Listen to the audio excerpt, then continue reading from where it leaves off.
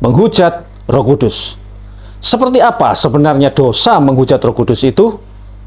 Coba kita perhatikan dulu Markus 3 ayat 29 dikatakan, tetapi apabila seorang menghujat Roh Kudus, ia tidak mendapat ampun selama-lamanya, melainkan bersalah karena berbuat dosa kekal.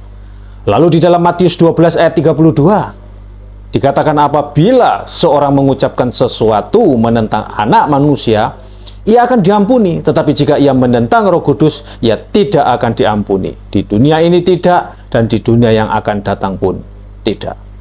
Kemudian di dalam Lukas 12 ayat 10 dikatakan setiap orang yang mengatakan sesuatu melawan anak manusia, ia akan diampuni, tetapi barang siapa menghujat Roh Kudus, ia tidak akan diampuni.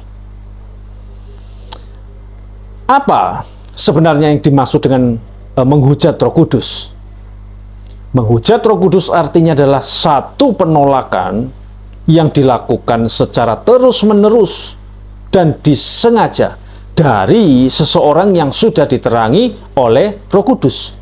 Sehingga melalui hal itu dia menjadi jelas bahwa Yesus Kristus itu adalah Sang Mesias atau Juru Selamat. Tetapi dia justru menolak semua itu dan malah menganggapnya sebagai ajaran setan.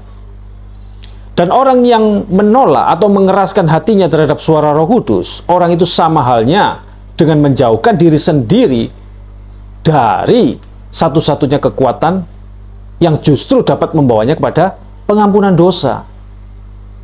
Itu yang pertama. Lalu berbicara tentang proses. Proses apa saja sih yang dapat membuat seseorang itu dikatakan menghujat Roh Kudus?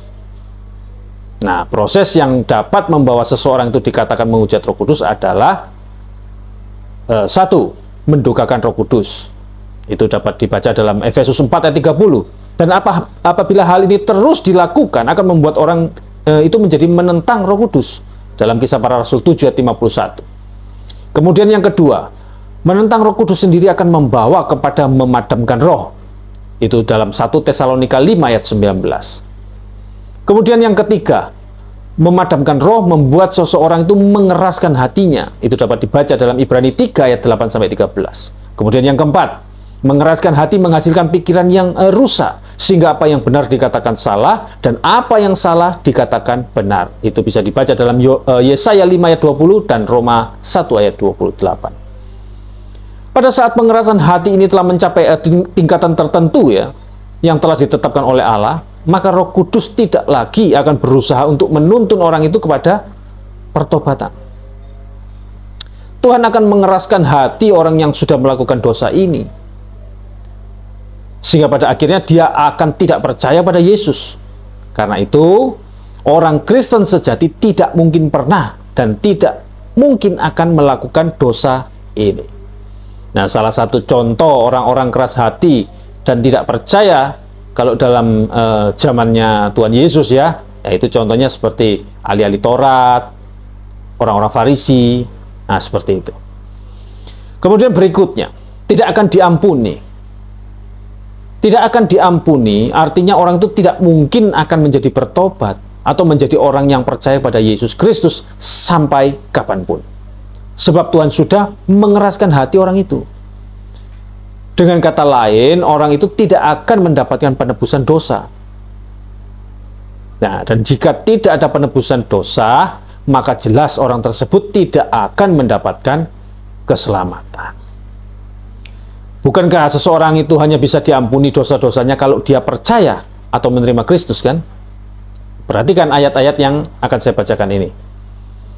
Kisah Para Rasul 10 ayat yang ke-43 dikatakan di sana, tentang dialah semua nabi bersaksi bahwa barang siapa percaya kepadanya, ia akan mendapat pengampunan dosa oleh karena namanya. Lagi dalam Kisah Para Rasul 26 ayat 28 dikatakan untuk membuka mata mereka supaya mereka berbalik dari kegelapan kepada terang dan dari kuasa iblis kepada Allah, supaya mereka oleh iman mereka kepadaku memperoleh pengampunan dosa dan mendapat bagian dalam apa yang ditentukan untuk orang-orang yang dikuduskan.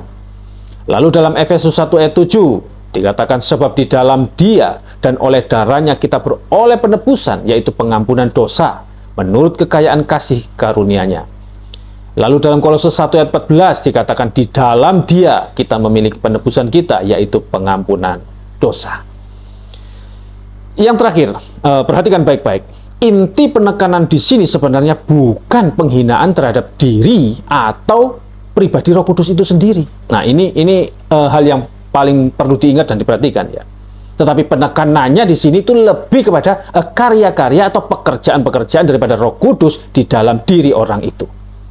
Itulah yang dikatakan sebagai menghujat Roh Kudus. Sampai di sini jelas ya? Amin. Haleluya. Amin. Kiranya dapat dipahami dan menjadi pencerahan bagi kita semua. Tuhan Yesus memberkati. Shalom.